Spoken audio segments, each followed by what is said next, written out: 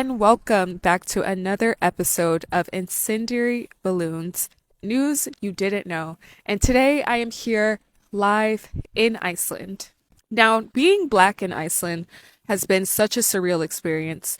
I've always dreamed of going to Iceland ever since I was a little kid. I used to dream of seeing the Northern Lights, and this was always kind of the envisioned safe space that I would dream of when people ask, like, where would you want to go if you had a dream vacation, if you could go anywhere, if you close your eyes, what do you imagine? It was always Iceland.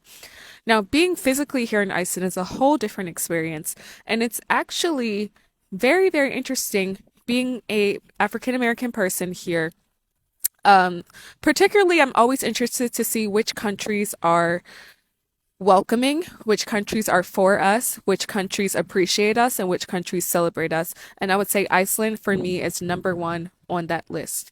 The experience here has been nothing but positive, and I thought I wasn't going to see many black people, but I've actually seen a lot, and it got me thinking that traditionally in media we don't see a lot of northern we don't see a lot of black people within the Arctic region or within Nordic regions, right? We always associate black people with maybe the States or EU, or, we're a diaspora, so we're all over, but we don't really focus on the black and African people from the diaspora who exist within the Arctic, within Antarctica, Alaska, Greenland, and here in Iceland. So with that being said, I want to give you a quick rundown and a quick history of Iceland's first black citizen.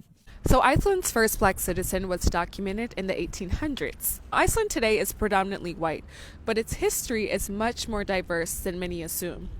The first documented black person to live in Iceland arrived in the early 19th century, and his name was Hans Jonathan. Hans was born in the Danish West Indies, which is now in the U.S. Virgin Islands, in 1774, to a black woman and a white Danish man. And he was taken to Denmark as a child and eventually made his way to Iceland, where he settled in the town of Djúpivíkur and became a farmer.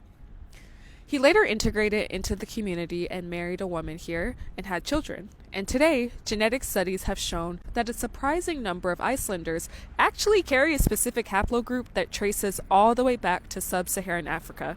Like so many black people all over the globe, Hans wasn't just a visitor. He was a founding father of an entire lineage. Thanks for watching Incendiary Balloons, News You Didn't Know. I'll be back with more next time.